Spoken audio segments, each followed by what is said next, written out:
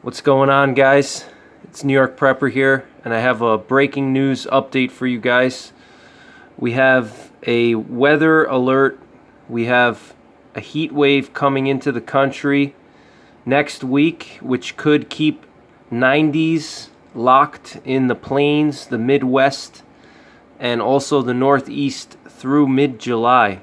All right, so there's forecasts of temperatures to be above 90 degrees for a majority of the United States through the next week or two.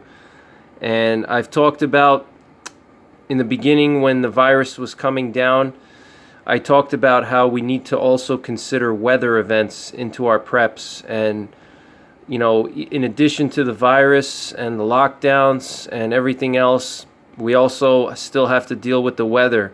I talked about the possibility of a stronger hurricane season this year because of a possible La Nina pattern. I've talked about a grand minimum, a solar grand minimum, which could put us into a mini ice age for the next decade. And I've talked about a lot of weather events and how we need to be prepared for weather events in addition to, you know, lockdowns and food shortages and all that other stuff. And it's going to be interesting to see, you know, with this heat wave, how people are going to manage when everybody's going to be at home now and everybody's going to be running their ACs because people are home, they're not at the office. And normally when people are at the office, they don't leave their AC on when they're at work or whatever job. If they're either at the office or they work in a construction job or wherever they are, they don't run their AC all day. But now that there's more people home, it should be interesting to see if there's any scattered blackouts and brownouts because of the excessive air conditioning that's going to be used. And, you know, we could see possible failures in the power grid in certain areas. That's not without a question, especially in cities, areas with high population density where there's already a strain on the power grid in the summer. And then in addition to that normal, you know, strain from people using ACs in the summertime, you're going to also have extra strain when there's a heat wave because people are going to be running the AC.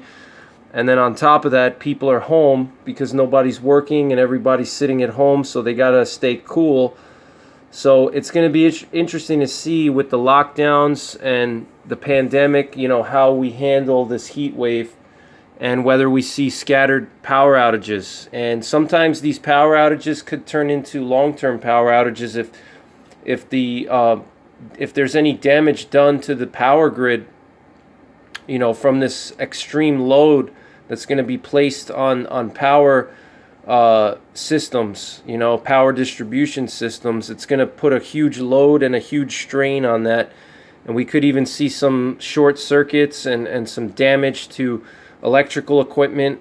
So we have to be ready for possible scattered power outages and brownouts. You know, keep a generator handy. If you don't have a generator, you should consider getting one. If you live in a city or an apartment building and you're not allowed to have a generator or there's no place for you to put one, consider getting a solar generator. This way you can keep your refrigerator cool and you know, just critical appliances. You can recharge your cell phone battery and things like that. It's definitely worth the money. So they're talking about a double team of high pressure systems could bring dangerous heat next week. Highs in the 90s are expected in many Midwest and Northeast cities. A few record warm temperatures could be set. And it says here, an extended heat wave is expected to bring highs in the 90s to much of the country's midsection, potentially through mid-July, guys. That's 2 weeks. 2 weeks of extremely hot temperatures.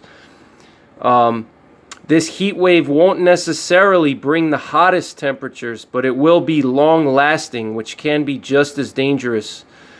So, and this is from weather.com, the Weather Channel. Their website. A broad ridge of high pressure and a jet stream will remain to the north, will allow heat to spread across large sections of the plains, Midwest, Northeast, and Rockies.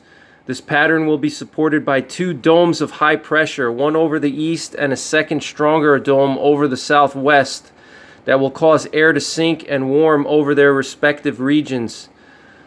All right, so here you have the 2 high pressure systems here. Okay, high pressure.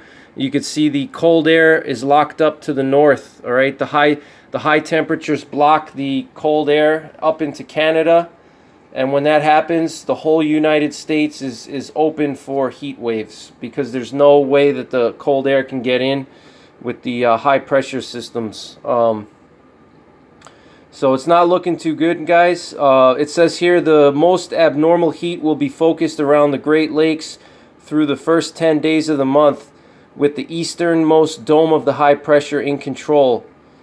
All right, so you know, that's not a good sign. All right, it says here temperatures will be up to 20 degrees above average in the upper Midwest this holiday season.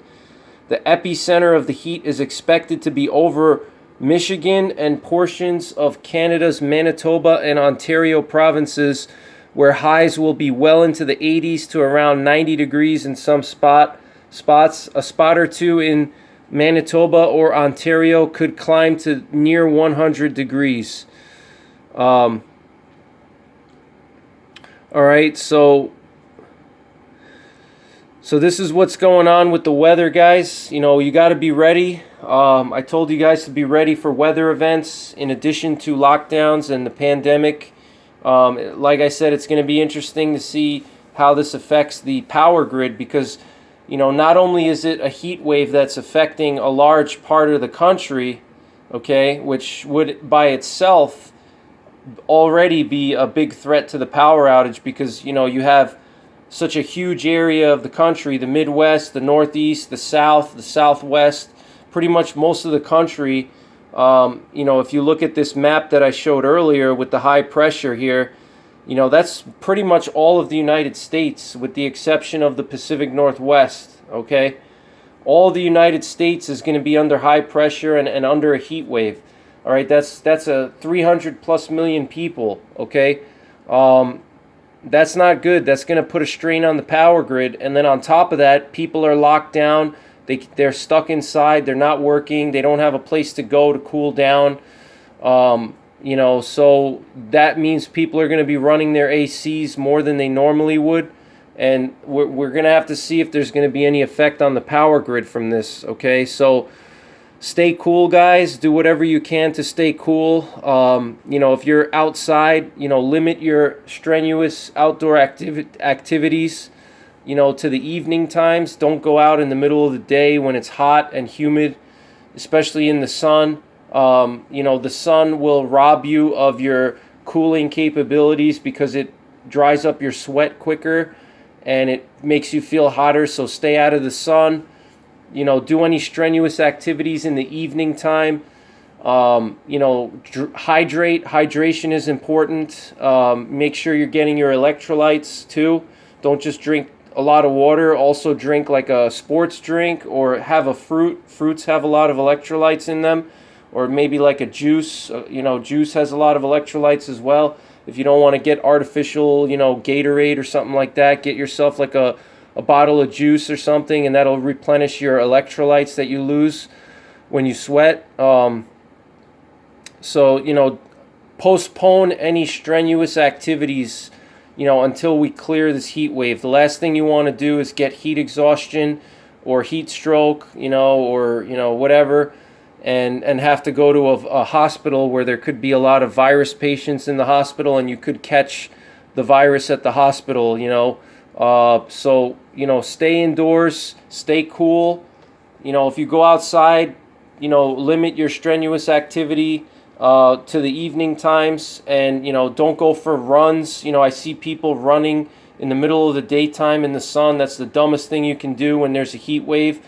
Run in the evening time, or just, you know, work out inside, and check your AC. Make sure your AC is working. If you don't have an AC, get a fan. And, you know, have some spare water laying around just in case, you know, you run out of water, or, you know, something happens to the water. You know, have some spare water around. So, all right, guys. So I'll keep you posted with any other information related to the heat wave. And thanks for watching. Take care. God bless. And don't forget the 3 Ps: prepare, practice, and persevere.